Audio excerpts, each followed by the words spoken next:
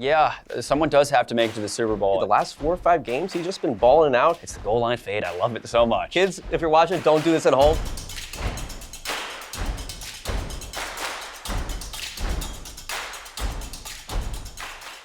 Hello, welcome to Football X's and O's, our weekly tactics show giving you the inside analysis on the best NFL matchups every Monday. We'll take a deeper dive into the Jaguars' 34-20 win over the Broncos in Week 16. I'm Ryan Studio. Alongside me is NFL expert David Scott. David, what a statement victory for the Jags. Yeah, really good performance from the Jags. Not so much for Bo Nix, but we'll break it down further. So, David, what topics do you have for us? All right, so we're talking about the Florida Dream. Jacksonville Jaguars are on a roll. They're taking over first place in the AFC South. They're looking to hold on to that and win the division. We're talking about Wash and Go. Parker Washington had a really great game against the Broncos, the top wide receiver for the Jaguars. We're talking about a pot of gold. Courtland Sutton had a pretty good game, caught a touchdown from Bo Nix. He's been a bright spot in what has been a pretty weak offense for the Broncos so far. We're talking about stranger things. Brent Strange, tight end, getting involved. Just his second touchdown of the season, but it was a pretty good one. And then we're going to break things down in the AFC, look at the playoff picture, who's going to come out on top, because it is all over the place right now. All right, let's get to the topics. We start off with the quarterbacks.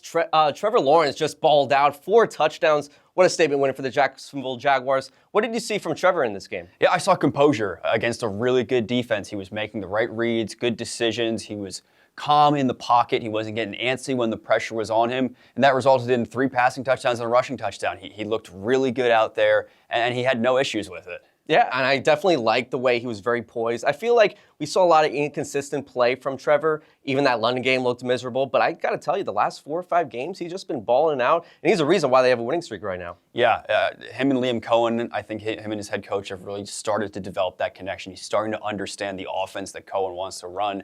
And that's why things are going so well. I think also the offensive weapons have improved a bit. Introducing Jacoby Myers has given them a bit more of a well-rounded offense. He now has multiple receivers that he's comfortable throwing to.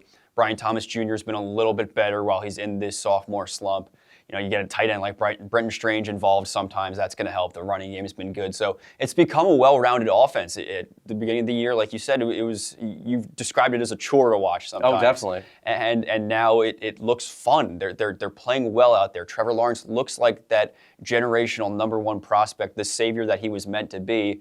And it's resulting in a lot of wins. I mean, the Jaguars got 11 wins. They look really, really good. I'm having a lot of fun watching them. And I can't say enough. I mean, this was such a stellar performance from him because against the Broncos defense is one of the best in the league. 5 sacks, but he still stood his ground, and he played really well against a defense that's one of the best in the league. Yeah, when you're taking a lot of hits, it's easy to get antsy and get uncomfortable in the pocket, and he did exactly the opposite. He stood tall. He had no issue with that pressure coming in on him. If the 5 sacks really affected him, we would have seen a couple turnovers, but he did absolutely nothing like that. He stayed composed with the ball. He stayed making those good decisions, and that's why he was able to win this football game. And now to the Denver Broncos. Obviously, they struggled. I mean, they had a nice winning streak, 10 or 11 games, and Bo Nix struggled, obviously. What did you see from Bo in this game? Yeah, the scoreboard, the stat sheet looks a lot better than what you actually saw on the field. He's got 350 yards and a touchdown. He's got that 1 interception, which was the game-sealing interception. He looked really bad out there. He was missing easy reads. There was open guys that he wasn't even looking towards. He was throwing into double coverage. He was throwing into blanket coverage.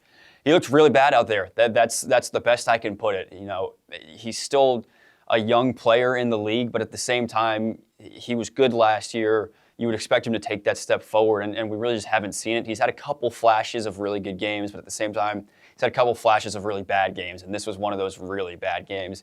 And this kind of performance really kind of, pulls me away from them for the playoffs. Is this offense good enough to complement that defense? The defense is going to keep you in games, but when it doesn't, like in this situation where the Jaguars put up 34 points, can your offense counter that? And so far, what we've seen is no. And I saw in the second half, I mean, they were not bad in the first half. I just felt like that second half, they really struggled, and Bo Nix especially. What do you see from in terms of the offense? I know Bo Nix struggled, but like the running game, could have been better too? I mean, I just feel like Bo Nix is predicated on the run game working. If the run game's working, he's working too. Yeah, the run game I don't think was terrible, but the thing was they were using their running backs like R.J. Harvey a lot as pass catchers out of the backfield. They weren't really trying to establish a running game. I saw more of just the ball being in Bo Nix's hands the whole game. I mean, look at this, 47 pass attempts. Yep. They're just throwing the ball out every time. So R.J. Harvey's a good back. He stepped up when J.K. Dobbins went down with injury. I think you should use him more. Establish the run. You got to complement the passing game, or else the defense is going to be able to clue in on that every play. Harvey played a good game, in my opinion, but like I said, a lot of it came as a pass catcher. So, yeah, you could definitely use the running game more than they use in this game. All right, to the first play we go. No score. 13 seconds left in the first quarter. Jaguars with the ball. 3rd and 4 on the opposing 12. Lawrence finds Parker Washington for the first score of the game. Yeah, and let me tell you, it's my favorite route in the game. I've said it before, I'll say it again. It's the goal line fade. It seemed to have made a resurgence in this game because this is not going to be the only time we talk about it. Parker Washington, what a spectacular game he had. He was all over the place. This was his sole touchdown in the game. And he comes in a short red zone opportunity here. So you got Trevor Lawrence, you got a couple guys spread out wide. No running back, so we're on empty set here. It's going to be a pass unless Lawrence takes it, and obviously doesn't take it in this situation. Defense is running straight man coverage. Everyone is lined up on someone. You got 5 coming in, you got 1 safety to help out, and then everyone's manned up. Nothing fancy there. There's no trickery. There's no zones to read, nothing like that. Everyone is on man. And Washington's blanketed. His corner wraps him up good. Washington does not get separation, but Lawrence floats that ball well in this fade. He just gets it back to a point where Washington can turn around and the ball is going to be there in his hands. Everyone executes their route perfectly. Washington gets there. Lawrence gets the ball there. Honestly, the corner, he plays his route perfectly too because he blankets Washington, but the ball gets in perfectly where only Washington can catch it. It results in a touchdown. Nothing fancy here. This is simple football, but it's executed well. It's the goal line fade. I love it so much. Hey, I don't blame you for loving it. I just feel like Washington, 6 receptions, over 100 yards. He was a guy that was so trustworthy for Lawrence. Can you see Washington be that guy for Trevor instead of, a Strange or Brian Thomas or maybe even Jacoby Myers? Yes, certainly. I think Jacoby Myers has established himself as the number 1 here. He's going to be the number 1 going forward. He inked a new contract, I think, to be that number 1 going forward. But if Brian Thomas Jr. cannot be the guy that he was last year, Trevor Lawrence needs someone else to be that number 2 option. If Washington wants to be that guy, he showed it, in this game why he can be. And a couple catches, over 140 yards, a touchdown. That's going to get you some confidence from your quarterback. We could see more of this going forward because against a defense like the Broncos, if you can put up that kind of showing, you can do it against anyone. And I feel like with Trevor Lawrence, when he's not on his game, he's not decisive. I just feel like he was very decisive in this game. He wasn't second doubting himself. And this play was exactly perfect. That throw was really nice. And I feel like in other games, maybe in the past, he would have maybe not thrown it, or maybe it would have been an inaccurate ball. I just feel like throughout the day, that type of play was happening for Trevor. Yeah, he saw the route that he wanted. He went right there. He didn't hesitate. And sure, you're in a short yardage situation in the red zone, so a lot of times the ball needs to get out quick because the pressure's coming. You want to make sure you don't wait too long, take a sack, back yourself further out of that red zone opportunity. Saw his guy in Washington, knew that's what he wanted, got it right there, didn't wait for any pressure to get on him, got the ball, got rid of it. It's a touchdown. And were there any decoys in this play? I know it was always going to be Washington, but I feel like the Broncos defense was maybe looking at other guys instead of Parker Washington because, let's be honest, this was earlier in the game. They probably didn't know Parker was going to end up with 6 receptions in this game. Yeah, it's if there were decoys, it's not really that important for this kind of defense since everyone's manned up. No one's really coming off their zone.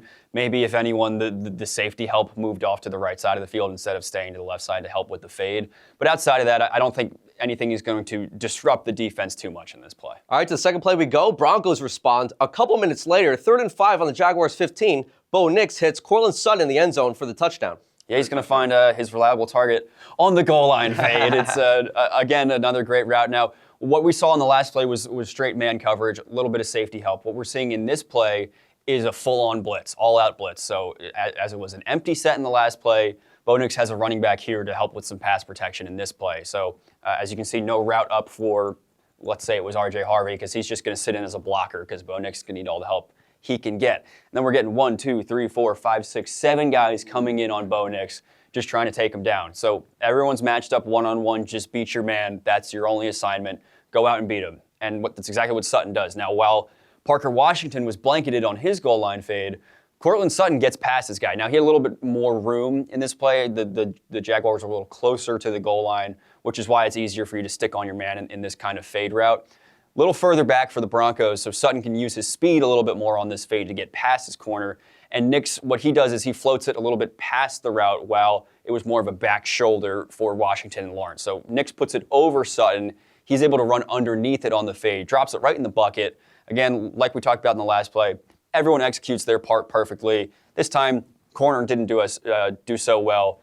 I think the biggest part of this is Nix, early in the game, not letting the pressure get to him, gets that ball out quickly, on target, on time. I was so impressed with Bo in this play. I mean, Bo Nix throws it off his back foot.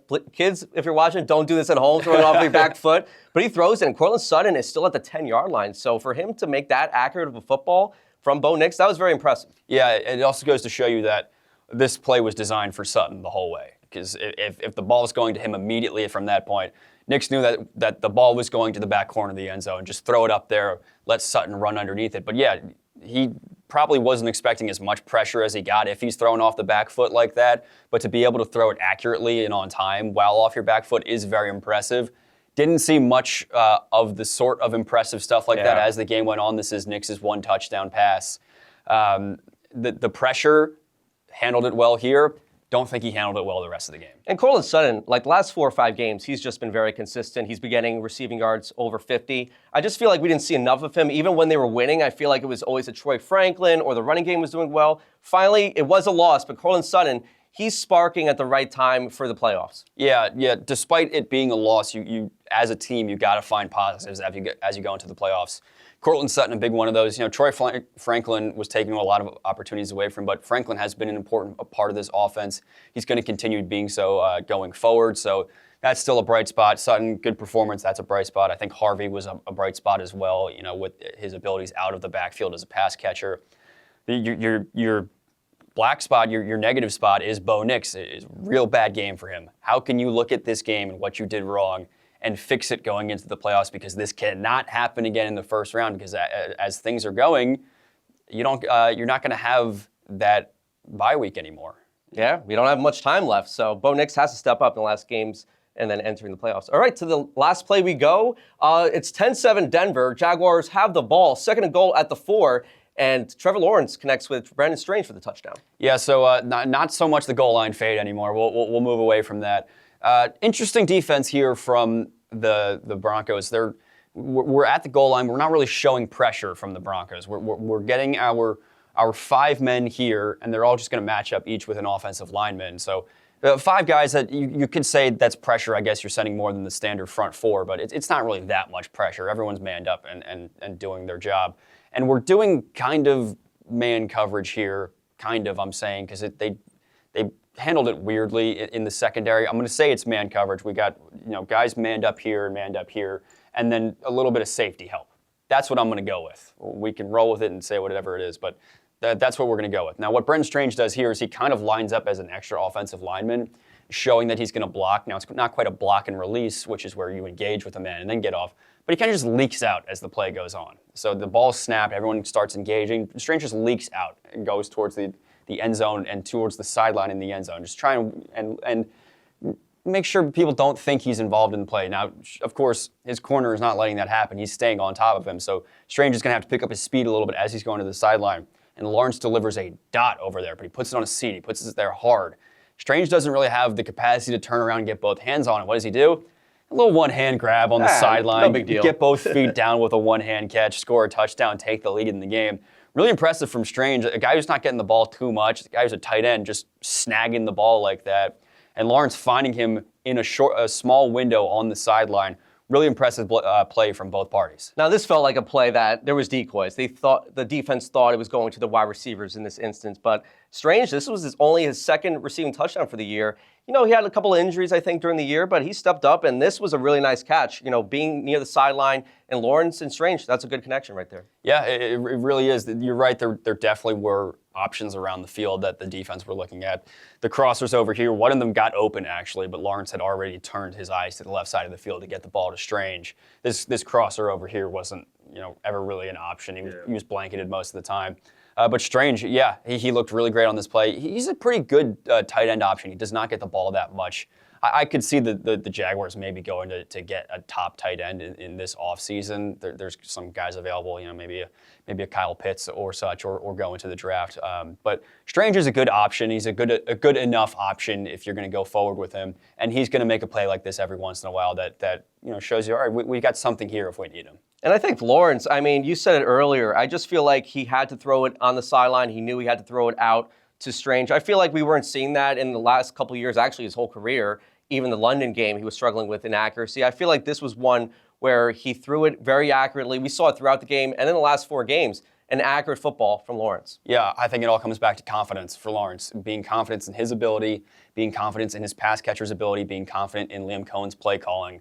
I think all of that's coming together right now. He's got a lot of confidence, and that's important going into the playoffs. Do you think Liam Cohen could be head coach of the year? Because I certainly would give my vote to Liam Cohen right now for the way they were a bottom feeder last year, and look at them now. Yeah, I think I would agree with you that Liam Cohen could be coach of the year this year. You're right about it. They were a real bottom feeder. They looked absolutely horrible. He comes in, leads them to 11 wins and likely a division win. So they look really good. Liam Cohen has schemed up a great offense. I would absolutely give the award to him. All right, to the last topic we go, and it's the AFC playoff picture. A lot of chaos. But the Broncos, they still have the number 1 seed, even though with the loss, they have the tiebreaker over the Patriots. Meanwhile, the Jaguars are just lurking, They get that nice win. They have a nice win streak. Still don't have a playoff spot, but the Jaguars, they're creeping up a little bit. At this point, there is a little bit of contention for the 1 seed. At one point, it seemed like the Broncos were going to run away with it. After this win, the Jaguars are right in it. The Chargers are right in it. Let's not count out the Texans. They're probably out for the 1 seed, but they're still in it for the AFC South win. So, again, yeah, a lot of stuff going on here. It's all over the place. The Colts are right here, but I hate to say the Colts are probably out of it now with Phillip Rivers at quarterback. But the Jaguars, they have played themselves right into contention for the top seed in the AFC. There's 2 weeks left. Anything can happen. The Broncos could fall out of it. The Patriots could take it over. The Patriots could fall out of it, and the Jaguars could step up. It takes just a few things going right for the Jaguars, and they find themselves into a bye week for the first round of the playoffs, and that would be huge for them. Now, I don't really see that happening. I don't think that is the most likely outcome of this playoff board that we're looking at, but the Jaguars have all but locked up a playoff spot. It's just up to them to lock up the AFC South at this point. I know you didn't like Bo Nix's performance, but the Broncos, they're still the number 1 seed. They control their destiny. Do you see them winning the final 2 games of the year and getting that number 1 seed? Yeah, probably. They're going up against a Chiefs team next, which is not very good anymore since they don't have Patrick Mahomes, of course, with that ACL tear. So they win that game. They just got to win 1 more. So I would say they probably lock up the number 1 seed, but my confidence in them is at an all-time low. I'll say that. Oh, really? Even at Mile High? Like, that is a good advantage. Yes, they lost the Jaguars, but entering the game, they were undefeated. Yeah. I'm not saying that I don't think that they're going to have the 1 seed. I do think that they're going to have the 1 seed, but going into the playoffs, I don't feel that good about them. I don't feel that good about the Patriots either. I feel pretty good about the Jaguars. I feel pretty good about the Chargers and the Bills. The Steelers are obviously the ugly stepsister in this situation. And the Texans, that defense, they're a similar situation as the Broncos, where that defense is gnarly, but that offense is still so-so. The AFC is a complete toss-up this year. I think the Super Bowl winner is probably going to come out of the NFC. But I'm having a lot of fun with the chaos that's going on here. And the Patriots, they end up with that win. They come back against the Ravens. Do you see the Patriots? I know you don't really like them, but is it because it's just a young group? Drake May's been balling out, 23 years old, but is it more about the rest of the roster, or is it just the fact that, let's take it, slow. They might win a playoff game, but I don't see them as Super Bowl contenders. Yeah, I hate to be the one who does the schedule watching and such, but not the toughest competition this year. A lot of easy games that got them to this point of 12-3. I think if they face someone like, obviously they do have a win over the Bills this year. So I don't want to say if they face someone like the Bills, they lose. But they also had a recent loss to the Bills, and it was in really bad fashion. So I think if they face someone like the Bills or the Chargers or the Jaguars in one of their playoff matchups, I don't see them getting through that. So it's not that I don't see them doing well in the playoffs. It's just I don't see them coming out of the AFC this year. They could end up being the 1 seed and end up getting that easier path. But if they don't get that 1 seed, I really don't see them making their way to the Super Bowl. All right, I'm going to put you on the spot. Who do you think is going to make it to the Super Bowl from this AFC? I know you don't love all these teams, but someone at the end of the day has to make it to the Super Bowl. Yeah, someone does have to make it to the Super Bowl, and I do have trouble picking one of these teams. I'll say this. I'm going with the Buffalo Bills. I just think that Josh Allen, I trust Josh Allen as a quarterback more than the rest of these guys at the quarterback position. Yes, Trevor's been doing well, but consistency, I still want to see more in terms of like 6+ games, playoff picture. I just feel like Josh Allen, he's such a great quarterback. You don't have Patrick Mahomes in the playoffs. You don't have Burrow. You don't have Lamar. They could just be a road dog in a lot of these games and find ways to win. The Broncos, Patriots, maybe next year. I just don't see it. I think the Bills can run the table maybe. Yeah, you took the words right out of my mouth. The Bills are the only team that has really been here before, that has the experience in the playoffs. The Texans, C.J. Stroud has been to the playoffs but did not perform well in the playoffs. The Chargers and Justin Herbert have been to the playoffs, have not performed well in the playoffs. The Steelers have a team that's all over the place. We can count them out. If this comes back to bite me, you can clip it and put it wherever you want to put it, but we could count them out. The Jaguars, Trevor Lawrence has been to the playoffs, has not done too well there, and has not been there in a while. Patriots, very young, brand new team. Same thing with the Broncos. So the Bills, you got Josh Allen, who's an MVP, who has been deep in the playoffs before. In a weaker AFC, if the Bills cannot get to the Super Bowl this year, they're never getting there. All right, that's going to wrap things up here at Football X's and O's. You can catch us every Monday. We also have Either or Bowl every Thursday. Please like and subscribe and let us know in the comments which team you think will make it out of the AFC to the Super Bowl.